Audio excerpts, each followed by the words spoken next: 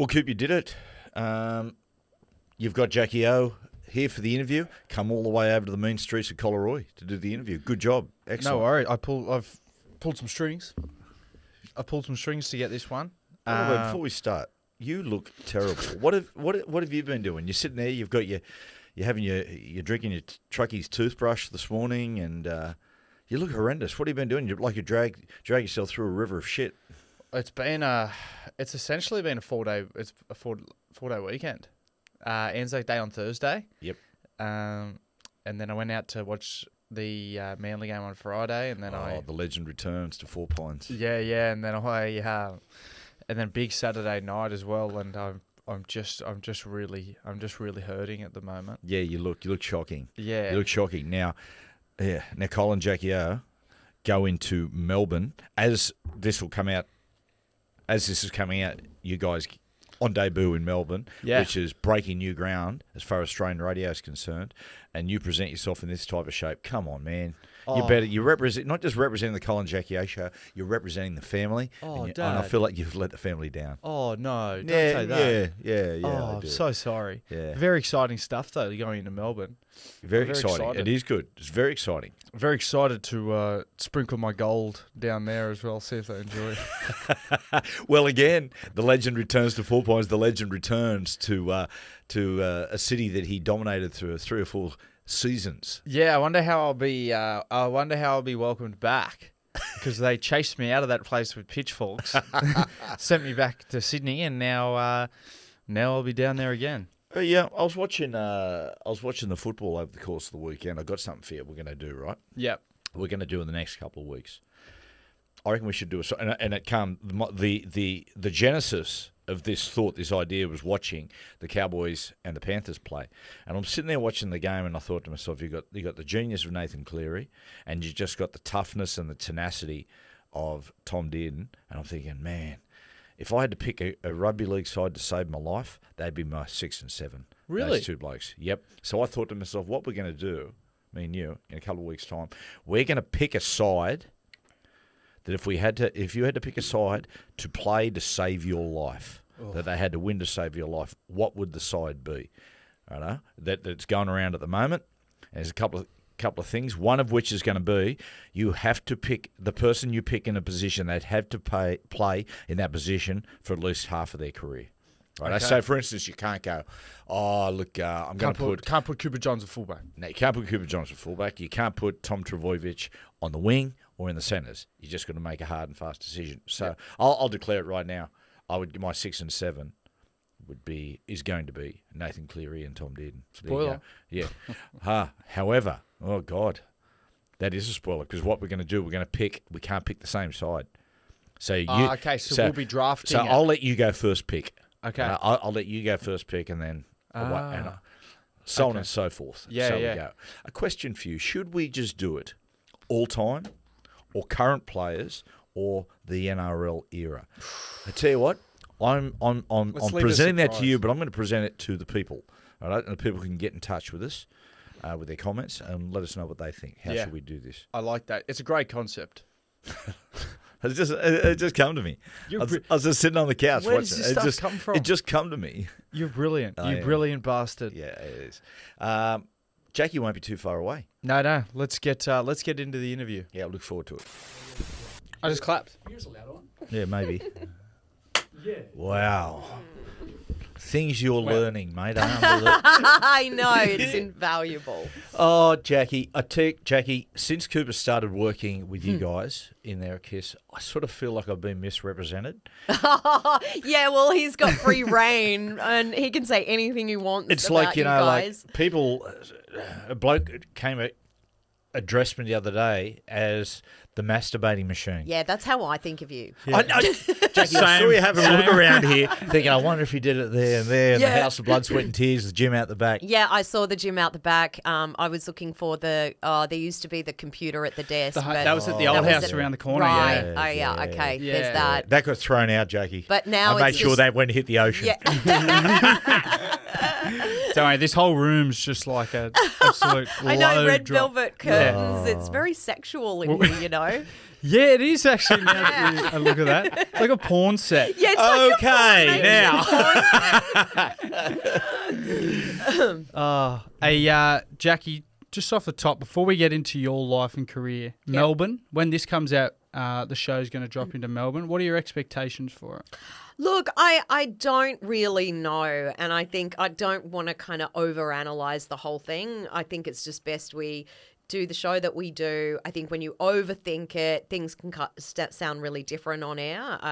You guys would know that you just got to power on. We're going to obviously include Melbourne in a lot more activities, and, you know, it'll be a Sydney-Melbourne inclusive thing, and we really want to not hide the fact that we're broadcasting from Melbourne. I think sometimes national shows can just not really identify where they're coming out of because they don't want to offend different cities. But I think, you know, it's important for us to keep true to what we've been doing. We do live in Sydney. We can't deny that fact. But, you know, I've lived in Melbourne, and I know the audience there. And when we used to broadcast nationally, we did really well there. So I don't know. I really don't. I think we'll just take it as it comes. No expectations. But you guys aren't really a radio show by a geographical sense. Like you guys, you could be playing in LA, you could be playing Manchester, anywhere, and it just crosses. It's the same show, yeah. It very rarely kind of gets too heavy on the local stuff.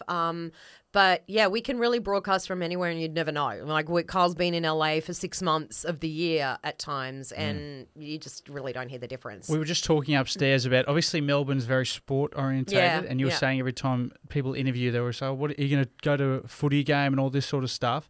And the show itself, for those people who haven't heard it, there is zero football or any sport chatted. There's actually a despising of sport. Well, we brought you in for that, Coops, but somehow still no sport is being talked about. Well, look, they don't want any sport. I know. It's just all, can you interview someone in a shower? In a shower, yeah. Well, I'll tell you one thing about this.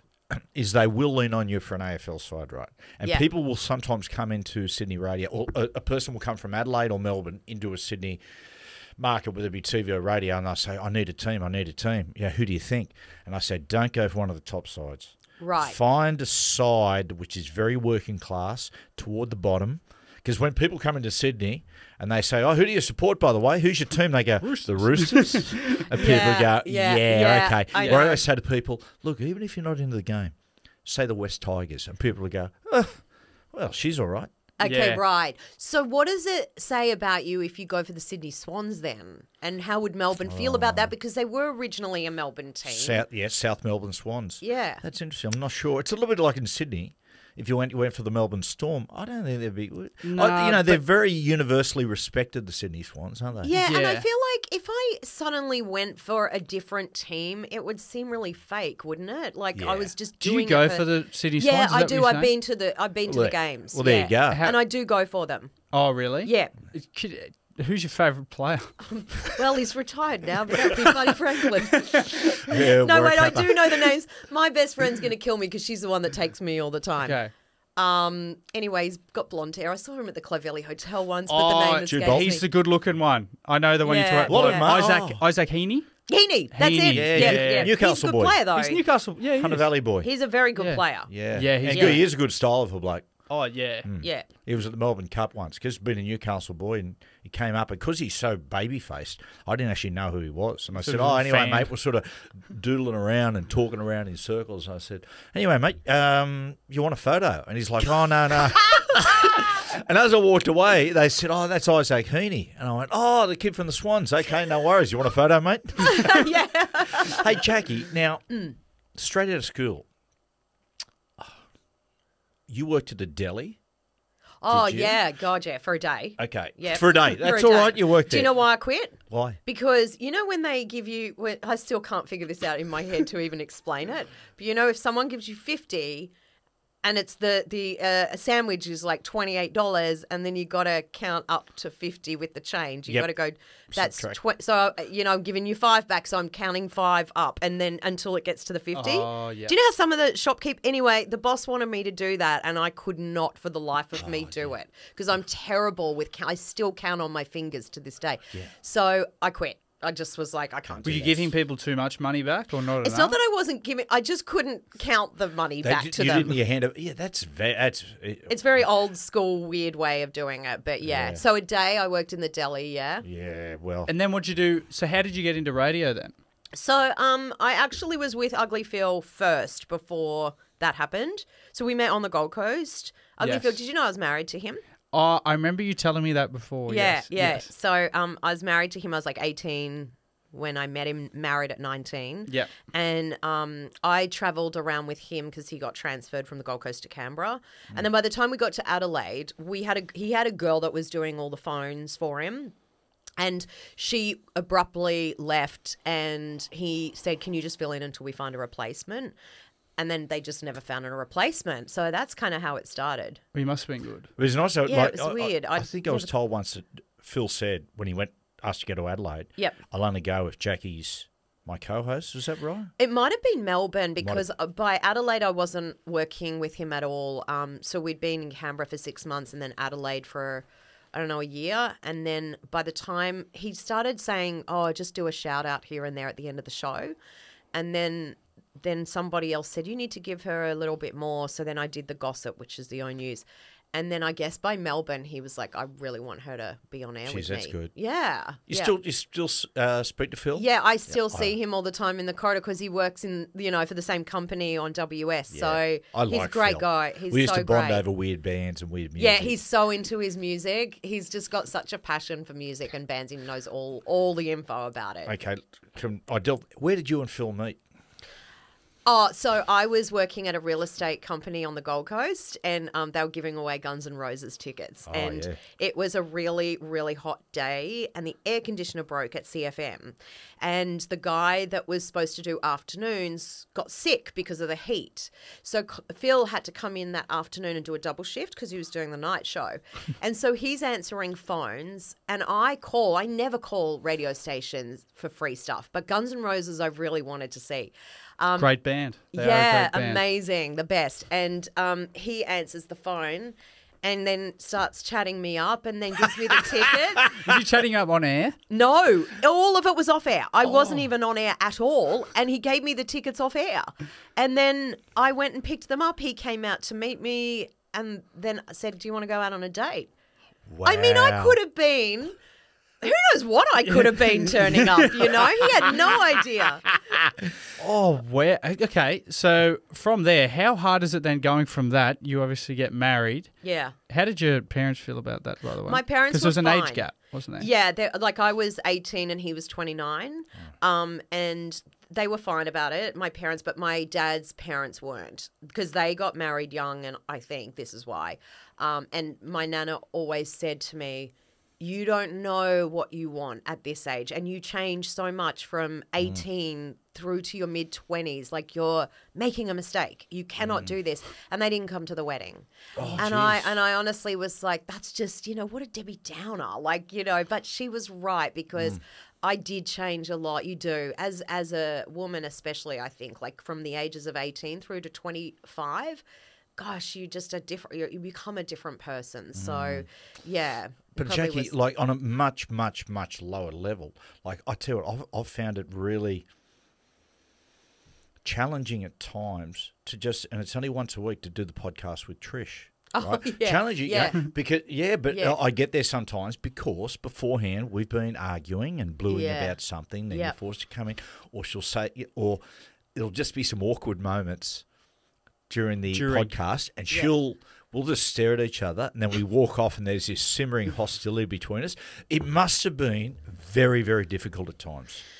Look, Phil and I had a really, really good relationship, and it was like it became more of a co-worker friendship. But we worked so well together in that sense that we actually didn't fight really that often. I can't remember. Yeah, there were times for sure that we would have had words, but there's something about when that mic goes on, it takes you about 30 seconds to adjust. Like, you're still in that shit mood and you're fuming, but it just is forgotten about when you start talking about something else and laughing with each other. I found when we do the family podcast, we could all be not talking for a week, and then we all get in there with the mics. And after, like you just said, after 15 seconds, forces you. It's just It like all of our forces problems you. just. And I feel like that would be so good for a couple to do. Like every house should have a little radio studio, and when you fight, you're forced to go in there and do a pretend show, and then it's all over with. You know.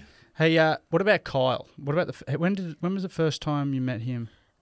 When Phil left to go to London, we had someone replace him really temporarily called the Soul Man. Like he was straight. Like he was. Mate, some of those names that Triple M come up with. The Soul Man, the Spoon Man. Spoonman. I know, right? So the Soul Man, he was on and it was a really straight show until we found Phil's replacement. And we were auditioning people off the air.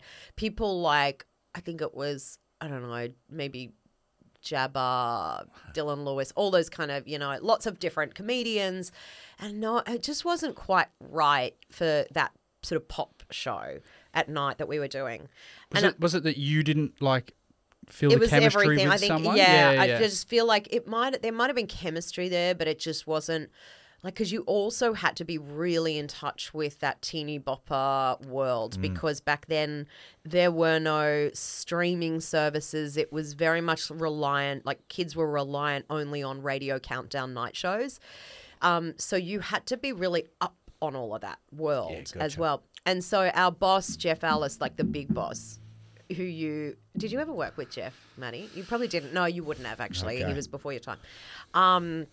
He just said, I've got this guy from Triple M. I'm flying him in and he's going on air tonight. You're going to give him 2 nights. And that's that. Like Jeff was very, he had a samurai sword in his office and every time he fired someone, he'd smash it on the edge of the desk and leave like a little scar mark for all the people he'd fired. So, like wow. Yeah. So that was Jeff, like a force to be reckoned with, but amazing and very charismatic. Anyway, so he just said, just do it. We're doing it and we're going to see how it goes. And he was right. Kyle was great. What was your first impression when you first met Kyle? Try hard. Yeah, because he did. He tried so hard. And he was a Brisbane boy. He was pretty innocent back then, to be honest. Really? Super innocent. Super. He was wide-eyed to everything. He is the most unlikely Queenslander I know. that I've ever encountered in my life. I know. Like Queenslanders are certain, like they're very earthy and sort of knock about the way they dress and everything. Yes. He is the most unlikely. I thought Kyle would have been a Sydney boy for sure. Yeah. And they went, no, he's from not like Queensland. I think he was up North Queensland for a stint as well. Yeah, he was. Townsville. I just thought he is the most unlikely guy. He's so not, doesn't belong in Queensland. He definitely belongs in Sydney. So it was funny. He tried really hard on that first night and it wasn't funny at all. And then the second night, he was much better, much more relaxed into it. So you start on nights. Yeah. And then the gradual progression, obviously, in radio is then to the afternoons. You go arvos and then to breakfast. Well, that was Kyle pushing all of that because back then, if you were on nights, that was it. You were a night person. You were never considered for any other shift because you were like, oh, you're kids. You only broadcast to kids. You can't relate to adults. How inappropriate was that show, the night show? Really inappropriate. It was? Yeah. Okay. Well, I remember one time we had this guy. He, I don't know how we found him, but we wanted him to just be our new Thunder pilot. I think he walked into the station one day. He worked at a car yard and he was really young. He was 18. His name was Wes. He came in looking for a job. Kyle just went, yeah, okay, you can drive the Thunders if you want. So Wes then started to go on air and Wes did something wrong on the second night. I like him already. And Wes was just like, he didn't think things through a lot of the time, so he made a lot of mistakes, and Kyle just got jack of it. So he told him to pull over in the Thunder and you start wanking until you come, and we are not pulling until you do. I like him even more. Long live Wes. And did he do it? Yeah, he did. Oh, no, Tom, Matty didn't do it. Like, we were waiting for ages, though, and no one listened boss-wise. Like, we were just left to our own devices, so no one ever knew we were doing stuff like this. And back then, people just didn't complain that much. So even the parents weren't listening. So it felt like we're in this bubble of we can do whatever we want. Only kids are listening and no parents or adults are listening. So, that is so good. Yeah, we kind of went, a bit over the top. I remember at the time the progression to breakfast, because what had happened historically, Today FM were the powerhouse. It was Wendy and Mooney, and they had a few other things. People came, Mooney left, and then I had actually started doing a couple of shifts with them, and they offered me a job with Wendy and that, like as part of the crew. Anyway, I just went, I'm not a morning person at all. And I said no. Anyway, bugger me, the week after, they got axed out of nowhere. Do you remember that Wendy and Greg Fleet? And Fleety. They got axed. And at the time, they were number one. Yeah, that's weird, isn't it? It was really strange. To be number one and get the axe. And then they brought in Judith Lucy. And Pete Hellier.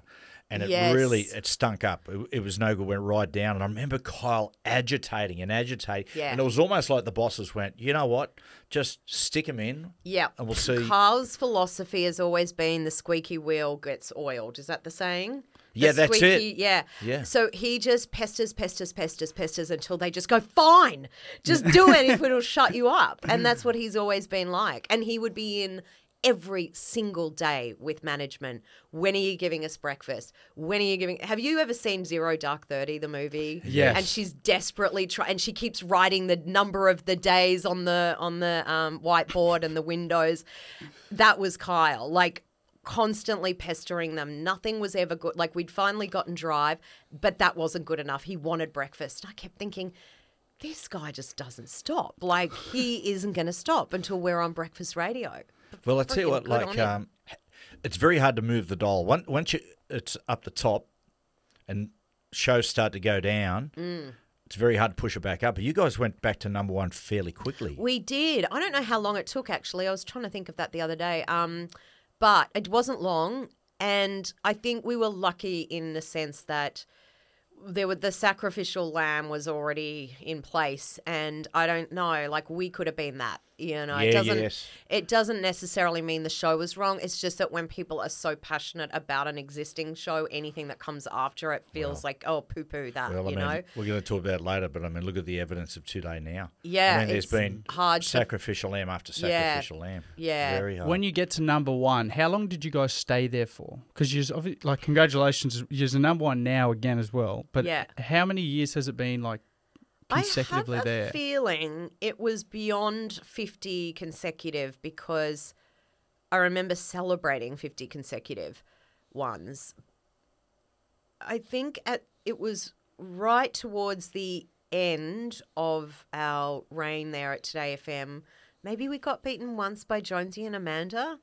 And then I think when we went to KIIS, it might have happened again. Here or there. Yeah, right. But it's only happened like 2 or 3 times. I'll ask because Dad and the grill team used to work right underneath you guys when you were at Today. I know. Did you ever feel threatened at all? Obviously, like not on the ratings, but did you ever feel threatened by their little show they had going on? Well, yeah. Oh, but I loved you guys. Like, your kind of show. Like, I feel like you were similar to us in that you're just real. You're not putting on. If a segment goes pear-shaped, you're not trying to kind of keep the show going by pretending. And I love that kind of style of radio where you're just, oh, this is going to shit, let's own it. You know, let's talk about it. Well, do you know, Jackie, like in your show, you'd find the same. I find when we would get a stand-up comedian that would come in and join the show for a break, I've always found stand-ups very, very difficult to work with because they're starting a break and they're trying to reach a natural conclusion of their punchline. Yes. And you find yourself just basically standing there for 3 minutes. It's hard work. It's very, very draining. hard work. I agree with that. And I don't work well with that kind of comedy on air because I like it to just be normal conversation. And if something funny happens during that conversation, great. But the thought of like, we've got an end goal here and this is where we have to take it and then we're going to finish the break there. That I don't love that style, and that's what I liked about you guys. You know? Well, we just get on good. We just up before the show, go upstairs on the roof, and have you guys have a smoke. Yeah, you guys are great. Have a smoke. Yeah, I remember you brought me in there one day, and I met Kyle and Jack. But Wait, so how old would you have been then? would have been 12 or 11. Shit. And you just didn't give me much. I look at it now. You brought Kitty into work the other day, and I was sitting next to Kitty talking, and I had a moment of thought. I went, "This would have been about the same age that I first met Kyle and Jack." And look at me being so nice to Kitty. You remember it, Jackie. I tell you what he used to do. You actually were spot on to get him out of that. Well, get him from upstairs and put him back downstairs. He used to walk around. He used to bring a backpack in. Yeah. And when we used to go to work, I said, what did you do in the backpack? We'll be back before lunch. And he said, oh, no. And there was nothing in the backpack. But what do you see? He used to go around all the tables and steal off all the tables. Like the backpack would be full. And I'm trying to remember once you went into Jamie's room, the boss's room, and stole money. I used to, because you know what it's like in these offices. There's just like merch and like and drinks and everything. Yeah. So I'd be putting like Red Bulls and shit everywhere. Actually, that's pretty clever that you did that, because you're right. There's always just products everywhere. There is. Half the time people don't want them. No, but we were shattered stuff. When you guys left. We were shattered because we had a great camaraderie. Then they brought another show in. Yeah. Of which I remember once, because we used to naturally walk upstairs and stand on break and watch you guys. And I remember walking upstairs, and they didn't like it. The new show didn't like it. They're like, "What's he doing upstairs?" So I thought, you know what? So I said, fuck it. So I used to go up there every day and just stand I love you. Now, Jackie, let's talk about that. The decision, right? The new owners, the new boss comes in, contracts up, and he decides because he's a man in his late 50s and he doesn't really get the show. Surprise, surprise. That he tries to lowball you guys. Talk us through the negotiations. What happened there? Well, I think what was happening was, yes, new people were coming in and we didn't feel like they were radio people. So that was just a little bit of a red flag for us. And then they weren't even reaching out to negotiate. And we were getting to a point where it was like, okay, this is now becoming glaringly obvious that you guys are giving us the message that you don't give a fuck. And so that got us offside a little bit. And it was a standoff. We weren't going to go to them and they weren't coming to us. And then we also got wind that I know some people who work in the stock market. And one of the guys that works there his job is to find out, you know, who's signed and who's not getting signed. And they talk to the CFOs and they get information so that they know, you know, is this worth investing or not? And so they wanted to know about, have you signed Kyle and Jackie O? And apparently he said, no, not yet. But you know what? They're on their last legs. We reckon they've only got 3 years left and we're signing someone new and younger. Wow. And so because I knew that person, they told me, and that was it. We were just like, well, fuck. They want us gone. Like they're already planning a new show.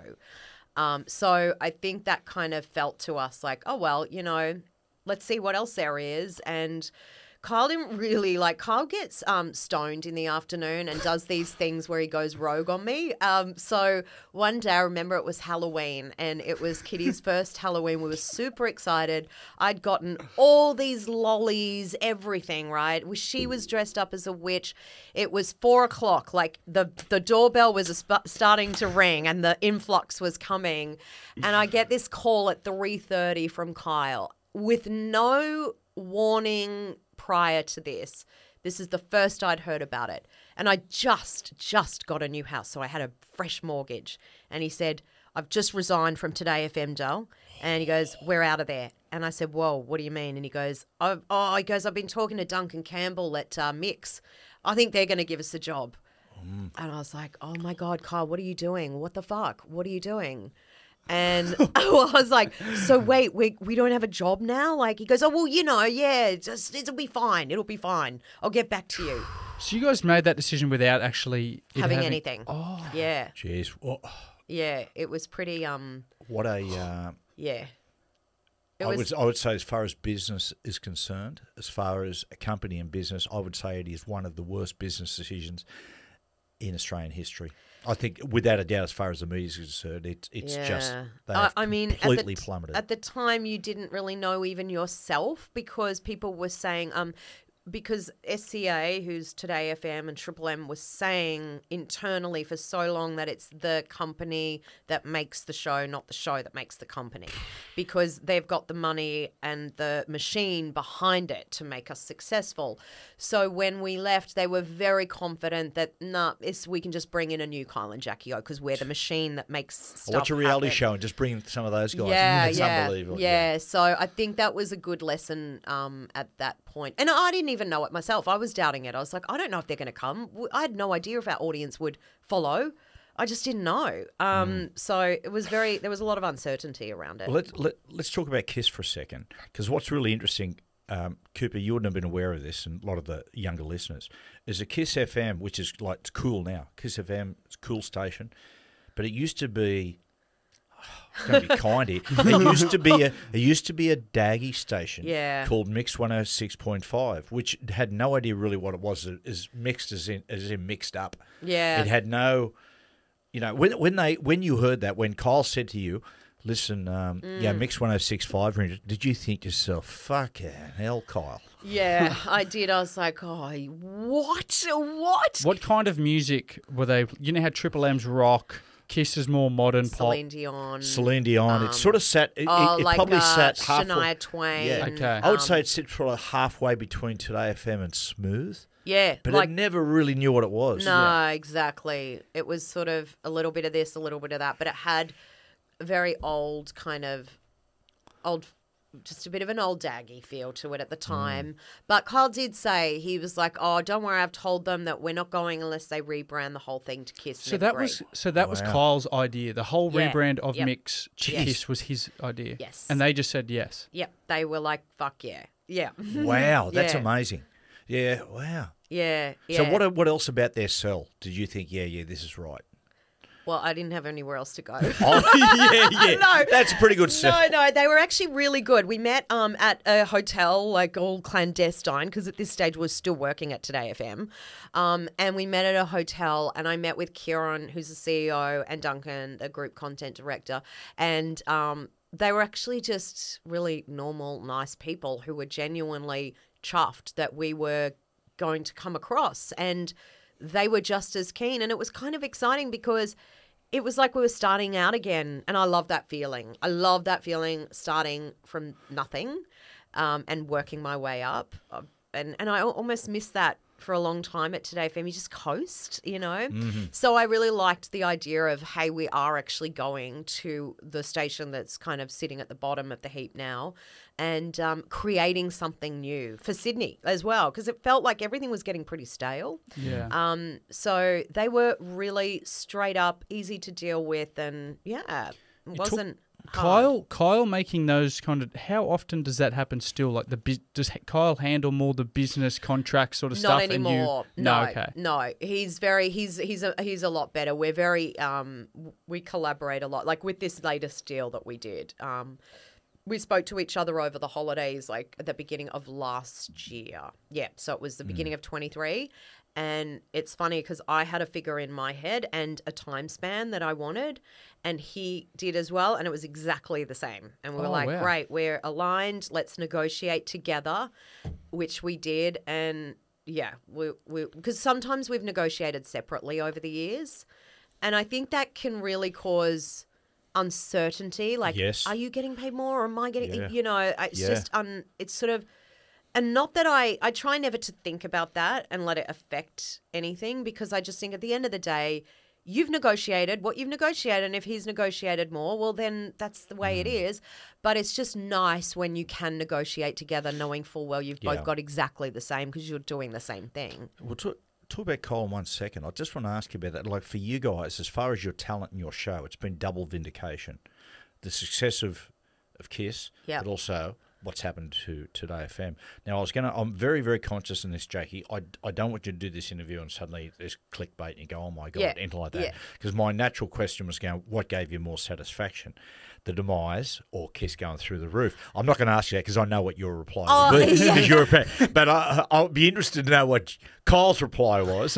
But no, I reckon for us it was definitely the rise of KIIS. There's no question. Like, I think there was that little part of you that goes, oh, that's it Absolutely. is Told you so. It is a little bit of that, but I got to say, I don't think we ever focused on that day at all. It was really just like, wow, we started here and we're here, and we were just so blown away by the loyalty of our audience that they literally, it was just an equal shift. One went up, the other went down exactly how it was before.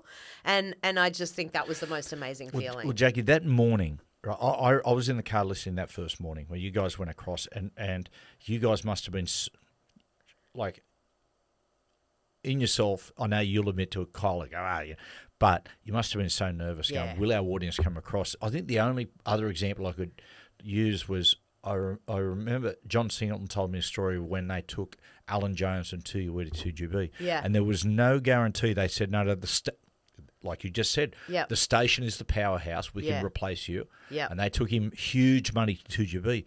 Would the audience come across? And that first rating book, everyone was just sitting there waiting. And then, of course, they did. And it was a jubilation. You guys were the same. I think you guys were still on air when that first book got announced. Am I right there, I think we were. So that was a huge risk. I mean, you imagine all of a sudden, it doesn't move, but it went up significantly. That must have been incredible relief. Oh, it was like just one of the highlights of my career, 100%. It just this feeling of like relief, gratitude to the audience, just so much happiness in that room at that moment. We were all really blown away. I just don't know that we hoped, but I never thought it would happen straight away like that. Yep. Like it just was, it was a good How moment. much pressure were you under, like when you first, did you feel like you were under a lot of pressure when you were? Yeah, I think so, to a degree, for sure, because they'd spent all this money relaunching a station, rebranding. It is not cheap, and then obviously they're paying for us. Yeah, it did feel like that, and it felt very nasty between the two, you know. They were, going all out with everything they could to topple us and make theirs look as sexy and, fresh and all of this stuff. So it felt really personal, and it was. And so in the lead up to it, it felt personal. And so there was that part of you that's like, oh God, are we going to have egg on our face or not, Oh, we used to have some fun on the girls' team. We'd mention you guys. What? Oh, it's good to see them really doing well. And They wouldn't the like bosses would go, oh, mate, not to mention those guys. Well, why not? Why can't we? They're our friends. We can do what we want. I love because that. originally, don't worry, in the building, they were like, oh, mate, you watch what happened, mate. I tell you what. Again, it's the station, not the people. And they're like, fucking, right. Okay. let's just have a look at that, how this kind of work out. Yeah. Jackie, when someone, a person, organisation courts you across, it's very much, do what you want. Oh, yeah, we love the edgy stuff. But then all of a sudden the reality hits and you're on air. How did that station go? Some of those bosses who are used to that non-offensive 106.5 to all of a sudden they got a red-hot show, but that'll live on the edge. I think we actually were pretty good for the first few years. We didn't have any scandals, and because we had the censor.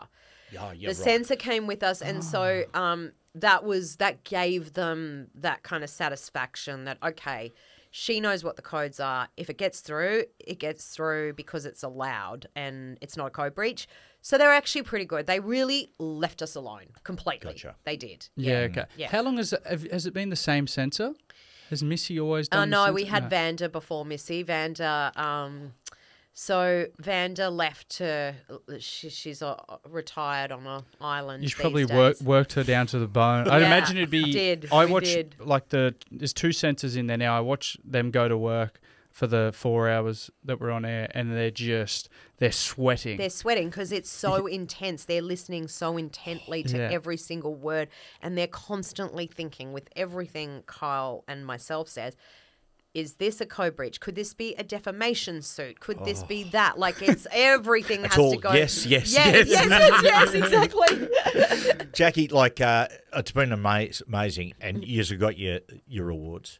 Yeah. In the fact that the last contract you signed is one of the biggest in Australian radio history. When you put the pen to paper, what did you do immediately after? Did you go and party? Did you have shed a tear? How did you? Nah, I literally just remember being in my kitchen and my assistant came in and said, sign this. And I was like, yep, signed. And that was it. Oh, that was it? Yeah, it wasn't any big fanfare kind of thing. Okay, can I ask you then, because this contract has been very public and everybody kind of knows the details of it, what's the pressure like now, especially because you're single and dating? Do you feel pressure to like pay for meals and things like that?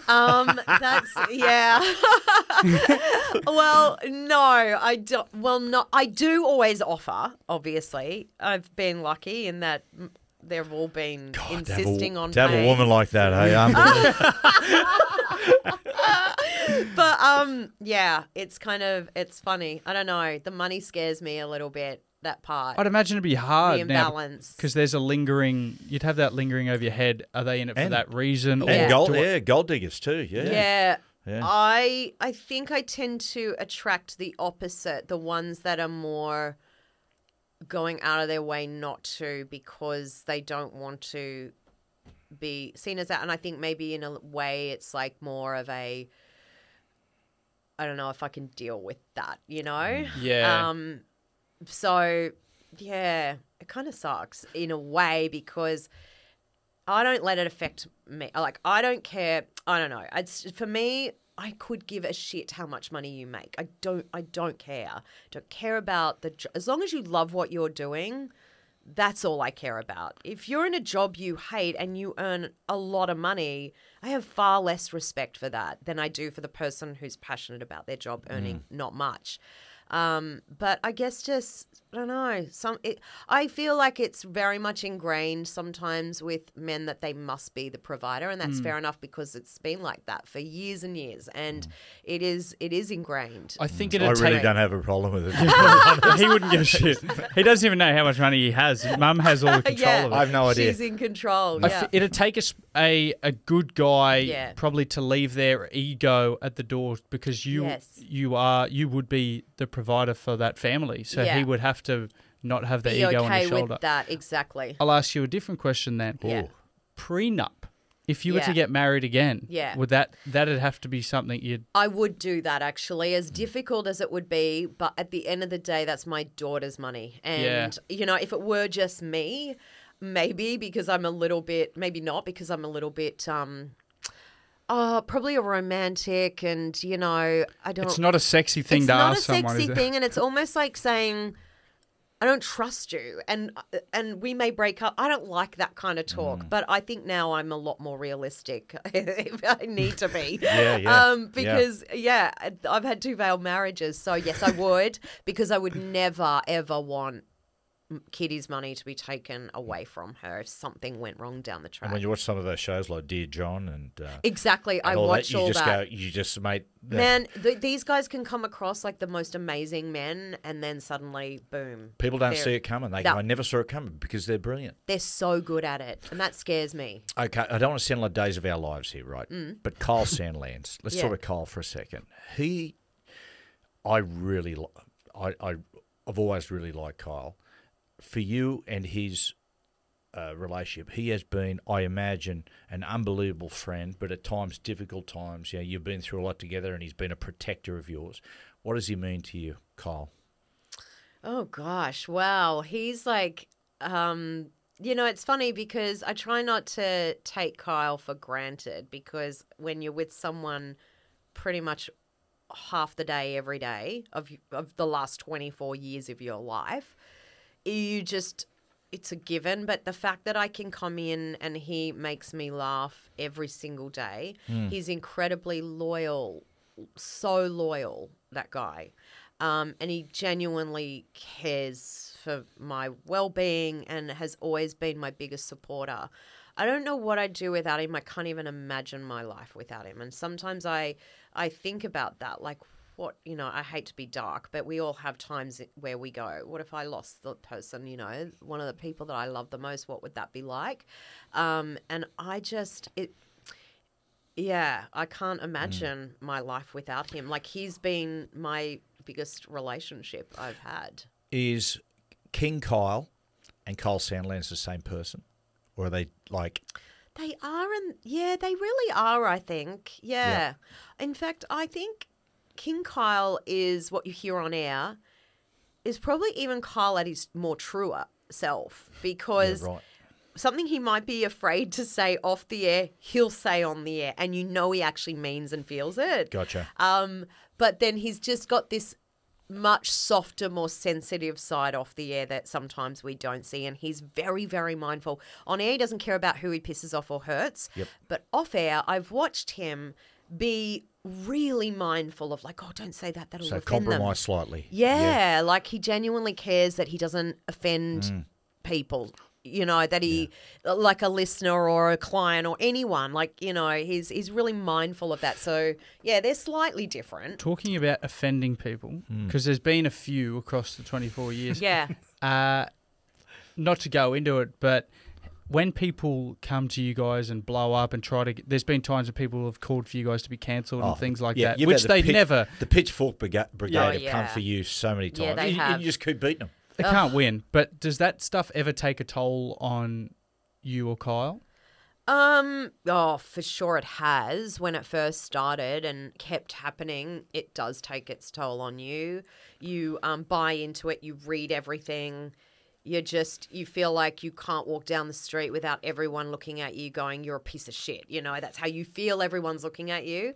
And it's tough to get through those times because it's super intense, a lot of them, because there's camera crews out the front of your house and, you know, everyone just wants blood. And then the more that we've gone through, the more resilient we've become, and they're less these days. But the great thing about going through something like that is how I really developed a super thick skin, but not in a cynical way. Like, I still am a sensitive person, but I don't care now what any comments were to be about me. I could care less, you know. I actually sometimes will read comments to get a laugh. I'll be like, what are they picking on today? But I don't take it personally at all, and I love that I've got to that point. Oh, what a great place because that's to really, be. really, that's so powerful when you can get to that point when no one can hurt you with those trolling comments. It's emancipating, you know. You get there and you're free, you know. Yeah. You just got free peace of mind. And it affects how you are on air, because a lot of the time you might stop yourself and go, oh no, people are going to say this about me online if I say this right now. But if you genuinely don't care what anyone says, you're a lot freer on air to just not care. And there are times when you think, oh, I better not say that. Like, I'm not saying I'm completely uncensored, but it's just nice to be at a place where that doesn't affect you anymore. Well, I think your audience now, like if anyone, this is a very different age than it was 10 years ago. People were a lot prudish 10 years ago. People now have grown up and go, you know. Yeah. But like if someone blows up now, your show, you go, well, listen, you know what the show is, don't listen. Exactly. And I think people have got to that stage with us as well. Yeah. I think there's a big chunk of people that have now given up with the pitchforks aren't out anymore. They've given up. Yeah. They're like, well, you can't, he can't be done. We can't cancel this guy. So we'll just move on to someone else. They're still Melbourne. They're still Melbourne. That's right. I know, it might start all over again. Do you guys ever blue? Do you guys? No, hardly ever. I reckon we've had like 3 or 4 blow-ups, and they weren't even that big, but they were blow-ups. And on or off air? On air? Both. Okay. Majority on. Oh, really? Yeah. So I'd say 3 were on air and 1 was off air. And one was so stupid. The one off air was like Kyle's paranoia, right? So when we were doing the Hot 30, one day he got asked and called in to do Wendy's show and fill in for the anchor, which was Paul Holmes. Oh, yeah. And Kyle was shitting himself. So he fills in. All he has to do is panel the show, really, and back announce a couple of songs. But he comes to me that night and he's like, Jackie, you'll never believe what they're like on that show. He goes, they fucking hate each other. Like, Wendy and Mooney hate each other. Yeah, heavy. Yeah. And he goes, I'm so glad we're not like that. I couldn't work like that. He goes, every time the ad break came on and the song came on, she'd point to me and go, turn him down, because he was in Melbourne. So he broadcast from Melbourne, she was in Sydney. And she didn't want to hear his voice in the ad breaks. So Kyle had to turn him down, and then you'd hear Mooney go, hello, can anyone hear me? And Kyle was like this, you know, tug of war situation. He didn't know what to do. And he never, ever forgot that what that would be like, because I think in his head he thought, God, I would have hated to have been Mooney, you know, like that guy that gets shut down like that. Anyway, fast forward, like we're now 10 years on, right? We're on breakfast and he's in LA and I'm in Sydney, and he was talking in his studio to his mate, and it was actually quite loud in my headphones off air, and I was trying to listen to some audio for O News to pre-listen to it before going to air. And I said to the panel up, can you turn him down? But it was PTSD for him, because immediately the trigger was off and he fuck you, you'll never turn me down, he says. He slams the headphones. I'm going to Mel's Diner, fuck you all. And he went to Mel's Diner and we just didn't do the show after that. That is brilliant. Oh, it was like such a misunderstanding. I get the feeling with Kyle that he's a bit of a gatekeeper when it comes to yourself, Jackie. Like when you go to date a guy, does he give him the rounds of the kitchen? I've never introduced him to anyone. Not that there's been anyone to introduce. He is. Like, I've shown him a guy here or there that I'm dating. He's pretty good, actually. He's pretty good. I was very fearful of telling him about one guy because there was a bit of an age difference, but he was so supportive about it. Yeah. And he is. He just wants me to be happy, you know? Yeah. Talking about while we're on dating, because you're obviously dating now, as it's everywhere, like you're getting paparazzi'd. I imagine that'd be hard as well with a daughter, because you're getting absolutely paparazzi'd everywhere. We talk about it on the show all the time. You bring people around, you parade them on the balcony with the paparazzi to take photos. Here he is, everyone, the new Pope. Kyle does say that. He says you're like Buckingham Palace where you present the new person out on the balcony. I didn't intend it to be that way. Those 2 times, it's only been twice, right? But I had no idea that they were there, because the thing is you let your guard down, because they do stay away for like a good chunk of time. And so you get really complacent, and then out of nowhere you're like, fuck, they got me. But yeah, Kitty left the other night, like she was leaving, Lee was picking her up. And because I live in this house that's similar to your house here, right? It's by the beach and it's exposed because you've got a view. So, you know, it's one, you can't have both. You can't have privacy and a view. And anyway, Lee picked her up and she called me like 30 seconds later, and she was like, Mum, there's a guy just across the road from us lying on the grass like a sniper with his long lens camera just looking into the lounge room. Oh, I was going to say lying on the grass. It wasn't Wes, was it? He's still trying to get there. Still trying to get It's the pressure. Damn that load. How does Kitty take that? She's actually really good. She's fine. The only time she's ever had a problem, she was in a bikini at the beach. And as you can imagine, you're 13. And the last thing you want is like you're in a bikini for everyone to see. So they were actually really good. They left her out of it, and they cut her out, thankfully. And that's the only time like she gets a bit... I don't know. She doesn't love it, but she's okay with it. She's just accepting. She's a really accepting... girl. Like, she accepts everything, you know, and he's pretty cool with it. She's very laid back. Yeah, okay. What about over the years, like guests you've had in the studio? I remember there was a certain well-known TV personality in there once, and he was talking about something. Anyway, Kyle pulled him up. I'm not going to say the person's name. Anyway, he counted Kyle, but just going, "Oh, mate, how dare you?" And Kyle went, "Get out of my studio, you piece of shit." Wait, I don't even know who that is. Can we beep it out or? Okay. Yeah. Yeah, Yeah. I remember that. Yes. Get out, yes, I've heard about you. Yes. You're a real piece of shit. Get out of my studio. Yeah. Oh, yeah. He's had quite a number of those. Like, don't ever like arc up at him. It depends. He can take it a lot of the time. Yep. But if you just catch him on the wrong day, he's not going to cop it from you at all. And yeah, he's had very long-standing feuds. What about some of the memorable guests, Jackie? Has anyone ever come in that you've had plenty through that have gone, "Oh my God, I can't believe this," been a bit starstruck? Starstruck. God, I used to get starstruck when I first started, and it would be over anyone, like Peter Andre, you name it. He's 17, all the boy bands. I was so starstruck. And then the more you interview, the more you just go, I don't know, they walk through the door and you're just not really that excited at all because it just feels like, okay, you've got your game face on, you're thinking about how the interview is going to go and not really thinking about the celebrity. But if I run into them on the street accidentally and spot someone, then I'm superstar struck. I'm like, whoa, it can be no one even that impressive. Yeah. But yeah, I don't know. I just you go into job mode. Is there anybody now? Is there anyone who you haven't done that if you were like, if we could get them on the show, that'd be a dream? Because they might be listening to the podcast. Yeah. Who I know, right? But it's funny. But I get you, Jackie. Like, I always found it Triple M. I look back now, my days like at breakfast radio, because you're fatigued all the time. Yes. And sometimes you just want to get out of there. You do. And Actually, I look back and just go, some of the people I go, oh, fucking hell. I interviewed so-and-so. But I remember before it just going, the show's over. And they go, I'm going to bring someone, we're going to pre-record, and just going, oh, fuck. That's right, we've got to do Dan Aykroyd. And just going, or Mark Wahlberg one day. We're going, oh, fuck. Oh, no, really? really? And we went, fuck. Anyway, we're going, oh. And I tried to weasel out of it. I went, oh, shit, I got something on. Can someone cover? And they went, no, mate, you got to stay for this one. And we were literally, and you look back going, back. Like, it's pretty cool, yeah.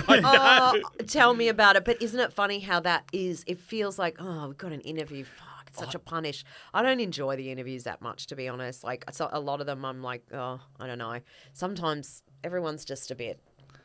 It's hard to find really good ones that surprise you. Well, I suppose everyone's doing it to promote something as well. Yeah. Everyone's got their own agenda they're pushing through. And some of them are super precious. But going back to that whole, it doesn't matter how big they are, you kind of like, you're nonplussed, you just want to get it done. I remember when Lady Gaga came in, but this was admittedly more towards the beginning of her career. So she was known. I think Just Dance was out and it was big. And then she'd come to the country and she came in studio. And we were told, because I think she might have been downstairs at Triple M. And then they said, she's going to make her way up here. And this was after the show. Hey, Lady Gaga, hey, grill team, Lady Gaga's here. I don't know what she's doing. Anyway, Carl said, just keep her down there and put her on the telephone. I don't want to see her because if she's in studio, it means we'll have to interview her for longer. So he said, tell her we're overseas and just put her on the phone. And I look back at that and think, oh my God, we had Lady Gaga in studio and we just said, nah, keep her in the booth. Oh, yes. Pretend we're overseas. That is unreal. Oh, God. Has there been any arsehole guests? Yeah, there are. That you can say. That you don't want to... Yeah, they're not too bad. Do you know what I find, though? What I don't like is that they'll come in studio and be super nice, but then you'll hear from the producers they were a completely different person outside. They were an arsehole. Oh, yeah, yes. Yeah, so there was one particular girl who came in and I thought was one of the nicest celebrities I'd ever met. And then I later found out, no, she was a complete bitch to everybody out there. And I just thought, wow, that's the worst. I'd rather she be a bitch as well to us. Yeah. Secret At least it's you. Yeah. Secret fuckwits. Yes, They're out there. the secret fuckwits are the worst. They are the worst. They are. Now, Jackie, approaching 50. I'm not going to say the age. I'm 52. I was going to say, you seem to hesitant to ask that question. I've got to say, I'm obsessed with death. It's funny. When you get 50, you're obsessed. I'm not looking forward to it. Wait, what are you obsessed about? Are you fearful of it, or are you wanting to? I don't know. I'm not looking forward to it. Well, I don't think, and I'm not fearing it. But you just think about it every day. When did you start thinking about that? 50? He gets quite. Well, I get quite 40. He gets quite like when he drinks, which is every night. He gets quite. Sorry, go. I correct myself. I do not drink every night. No. Oh, yeah. Well, he gets a bit somber. Yeah, he gets Jack's mouthing the perfect word, melancholy. I was going to say melancholy. Yeah, he cries He puts songs on of this guy died. Some artist from the 1970s died one time. BJ Thomas. BJ Thomas. Yeah. And he played his song on the day he died, and he was up there on his own drinking, and he was crying. And it was like, he's never talked about BJ Thomas before in his life. And then all of a sudden, this one song was making. It was like, oh, now that he's dead, it's too late. And then when Norman Lightfoot died, I actually Gordon. went Gordon Lightfoot. There we Gordon go. Lightfoot. Gordon Lightfoot died, and I went, oh man, he's such great songs. And Coop, and I thought it'd be really nice. And Coop's going, oh really? I didn't really know. And I went, sundown, you better. Anyway, and I'm thinking, oh, this is really touching. I'm getting really emotional. I look over at Cooper, and Cooper is actually, there are tears rolling down his cheeks through laughter. Oh, through laughter. I wasn't emotional. He gonna finished the podcast with, he said, guys, a hero of mine's passed away, Gordon Lightfoot. I got his right name wrong. I want to sing a song in his tribute just to Goa, and he started singing it, and he had his eyes closed, and when he opened it, I was literally just pissing with laughter. It was so There's funny. never a dull moment in this house, is there? Never. I can tell. So I've gone around the Cape of Good Hope to ask you this question. Do you think you'll be still doing radio in 10 years' time, Jax? Well, you've signed the deal. Okay, at 60. I don't know. That's a 60 is tough not one. old anymore, though. Yeah, I guess not. I used It to look at could my old be. man when he was 30 and go, you old bastard. Now it's like... Yeah. Yeah, I know, right? I know. I think the older you get, the less you see it as old, though. Yeah. I reckon if we ask Coops, he'd say, yeah, no, 60's really old. No, I would say for you guys, like you're 49. Yeah. And Kyle's 52, I think. 52. Yeah. But I sit there and I go, I think you guys could go. I feel like a lot of people would age out of radio. Yeah. They go, oh, they're probably not. Yeah. You guys are, because you are children at heart. Yeah. So like when we have conversations, or like Kyle's like talking to one of my mates who live around here because he's like talking to an 18-year-old child. Yeah, I feel like because we started, it's almost like we've been kept in this time capsule because as we've moved over the years and grown, but we've always had young producers surrounding us. So we're always talking to every day people in their 20s who become our friends. So it's like we always kind of have this young at heart, maybe. But you've also way. got the balance. You can speak from experience. Yes, we can speak from experience, but also know how to be young at heart. And I think that might be the reason why, Yeah. I'd imagine. Yeah, So I think- I reckon it's possible. I just don't know. I don't know. So I listen to a lot of your people, a lot of people, the next generation coming through, or generation or two before, and they're coming through and they try to be the Cole and Jackie O show, and it just comes across, it's just contrived. Yeah. It just doesn't. Forced. Yeah, Yeah. there's nothing worse than it being forced, you know. You can hear it and you're better off just being you, not forcing. But in saying that, I feel like we did that when we first started. Like we were forcing stuff for sure. So, I mean, I guess that's how you start. You got to find your way. Bobby it takes Ro- ages to get comfortable. Yeah. Bob Rogers, 91. Lawsy must be pushing. Yeah, of course, Lawsy. We spoke about it on the air. I had a segment the other day, and we ended up. It was nothing to do with men's genitals, but we ended up talking about which male broadcaster in the radio industry would have the biggest penis. And you Yes. said Lawsy. I said Lawsy would have a pretty good one, I reckon. Yes. Yeah, don't you think more than Alan? Yeah. Look, put it this way. If penises could talk, Yep. I reckon Lawsy's would go, he'd be like, boo. Yes. And Alan's would be, hello, how are you? Yeah. I reckon Alan would just have this little button penis, it's just like Yeah, a mouse just sticking his nose out of a forest. I feel so bad. We give Alan such a hard time. I tell you, he is the best sport, though. He actually has a really good sense of humour. He always chuckles at what we say. Oh, mate. We always finish with a menu of questions for you, Jackie. Go as well. on. Just a little rapid fire. So, Okay. favorite movie of all time? Actually, Zero Dark 30. it's a One of my great- all-time favourites. Great Okay. movie. Yep. What about favorite artist of all time, or song of all time? Oh, I reckon Elvis, actually, If I Can Dream, is my Oh, favourite. my God. Yeah. How good was that movie? Yes. So good. Austin Butler. I know. And I love that song so much. I don't know what it is about that song, but it's like it builds and builds and it feels really uplifting and hopeful. And just Elvis is a legend, you know. I feel like he's just timeless. Do you know, Jackie, it's amazing. It's like, and as he got older, like there's the Iron Curtain of Elvis. There's Elvis pre-war and after the war. When he returned, of course, who morphs into Vegas Elvis. Yep. Fat Elvis, as they say. I like that Elvis the best. Fat Elvis. Yeah. Is that because of the music at the time? The music, Yeah. And he's no longer the that that swooning, that young yeah, swoon, yeah. Yes. Although the other day I was in the music gym. was just. Did you does it translate to your generation at all, or is it too far gone now? I don't think I enjoy the music. I like their music, but I think the nostalgia that it brings for you guys and how you guys talk about him, it'll never that won't translate over. Well, because you guys can remember. I didn't grow up around because my parents never listened to him. So I actually only really, I knew of his songs, but I only got into it when my husband Lee was into him. And so that's where it started for me. But I didn't grow up around his music at all, actually. It was ABBA. Dancing Queen's another one for me. I love ABBA. I love it. Pump Up song. He used to before I games. used to play it before games. Yeah, isn't it that is such, again, an uplifting, you're so into it, you're so happy. Yeah. It's the best. Yeah. What about Elvis had a twin? You aware of that? Did he? Did he? Elvis's die? twin died at birth. Oh, He wow. didn't really have a twin. then. Imagine, No, well, he passed away at birth, yes. imagine living in the shadow of Elvis. God. Jeez. Imagine living in the shadow of your brother. Is that what you're saying? Yeah, that'd be horrible. Jackie, don't laugh. Okay, don't.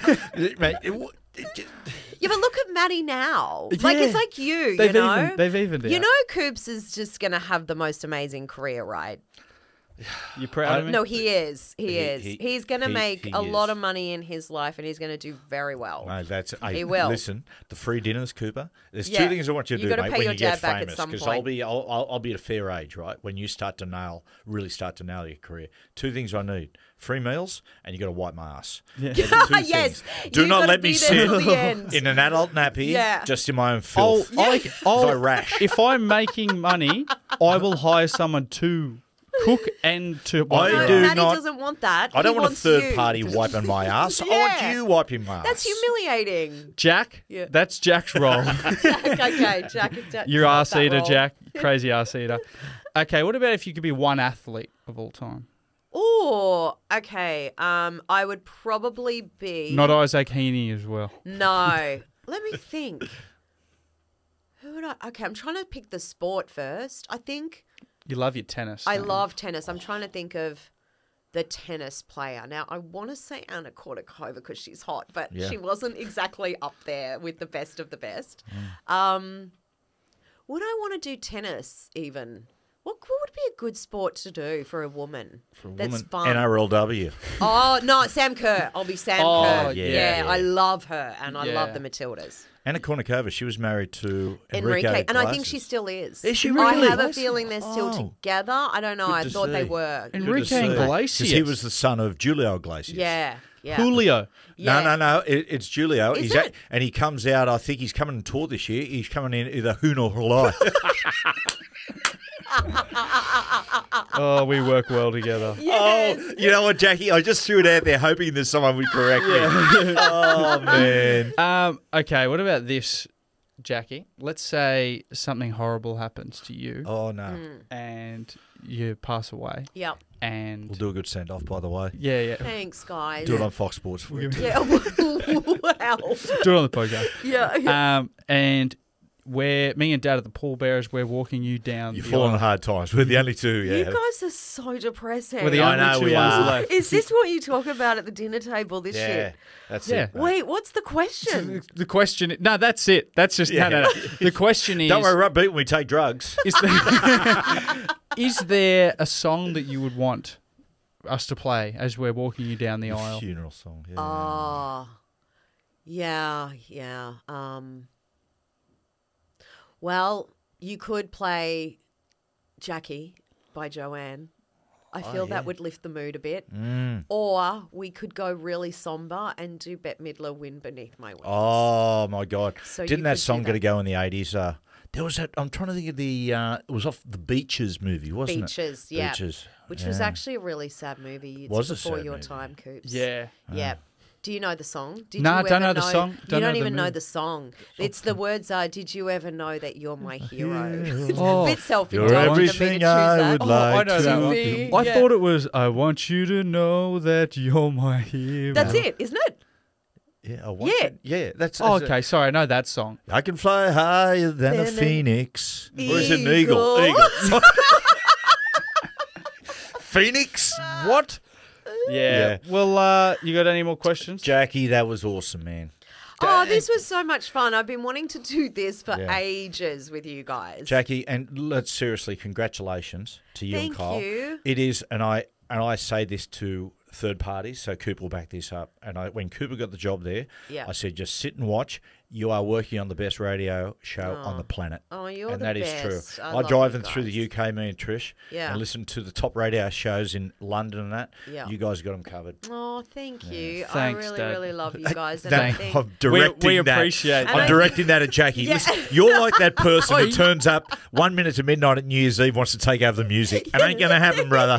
What do you mean? I'm a personality on it. he is. He's now talent, you know. Yeah. He got to bring a +1 to my boat party, which Oh, meant he was yeah. talent.